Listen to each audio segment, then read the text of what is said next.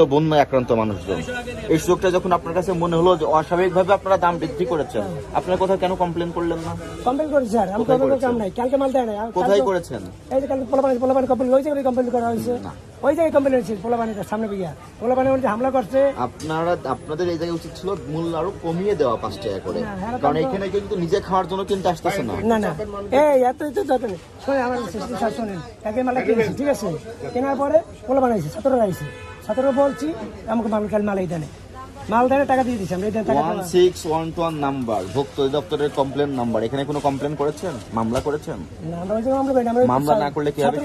17 বলছি 17 আইছে, 17 আইছে আমার মাল দেয় না। আপনি প্রপার চ্যানেলে প্রপার অথরিটির কাছে কমপ্লেন জানাবেন। আপনার কাছে যখনই মনে হলো এটা অস্বাভাবিক মূল্য বৃদ্ধি, তখন আপনি কেন কমপ্লেন করলেন না? আপনি বরঞ্চ ওই পাইকারি ব্যবসায়ীকে আপনি একজন খুচরা ব্যবসায়ী হিসেবে সহযোগিতা করলেন। আলটিমেট ক্ষতিটা কার হলো? আপনি কি লসে বিক্রয় করেছেন? আমরা 2-3টা লাভ হয়েছে। তাহলে আলটিমেট চূড়ান্ত ক্ষতিটা কাদের হচ্ছে? যারা ভোক্তা কিনতেছে তারা 30 থেকে 35 টাকা বেশি মূল্যে কিনতেছে, আপনি কিন্তু বেশি মূল্যে নিয়ে এসে বেশি মূল্যে বিক্রয় করতেছেন। আপনার লাভের অংশটুকু ঠিকই আপনি নিচ্ছেন, কেন করলেন এটা? এটা আপনার ব্যক্তিগত অপিনিয়ন। আপনি যদি দোকান খোলেন আপনার পণ্য সরবরাহ করতে হবে, এটাও আইনগত ভাবে বলা আছে। আপনি যে দোকান খুলবেন কিন্তু কাস্টমারকে মাল দিবেন না, এটা আরেকটা অপরাধ।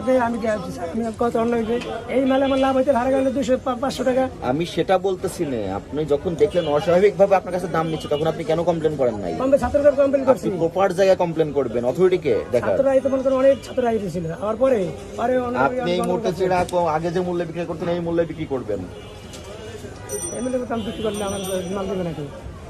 আপনার মাল দেওয়ার ব্যবস্থা আমরা করে দিব। যদি কোনো ব্যবসায়ী মাল না দেয় আপনি আমাদেরকে জানাবেন, আপনাকে সঙ্গে করে ওই পাইকারি দোকানে যে বসে থেকে মাল নিয়ে দিব আপনাকে।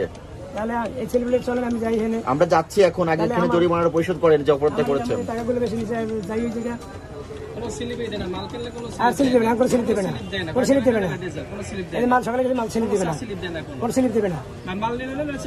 কিন্তু আমার প্রশ্ন, আপনি তো একজন স্বতন্ত্র ব্যবসায়ী, আপনার জায়গা থেকে আপনি কি করলেন?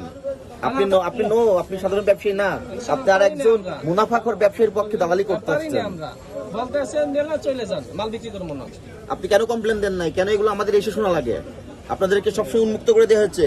1611 নম্বরে ফোন দিবেন। আগে আপনারা অনেক সময় চাঁদা দেওয়া লাগতো, এখন সেটা নাই। আপনার দোকানের ভাড়া বৃদ্ধি পায় নাই।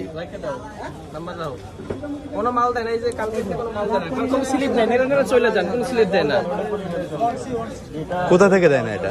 কারণ বাজার কৃষি মার্কেট কোনো স্লিপ দেয় না, কারণ এরা চলে যান, মাল বিক্রি করুন না, আমরা কোথায় স্লিপ নেই কোনো। আপনাদের এই কথাটা পুরোপুরি সঠিক না। আপনারা যেটা বলতেছেন এটা জাস্ট আপনারা একটা অজুহাত দাঁড় করাচ্ছেন। কারণ আপনাদের কথাটা সম্পূর্ণভাবে সঠিক না।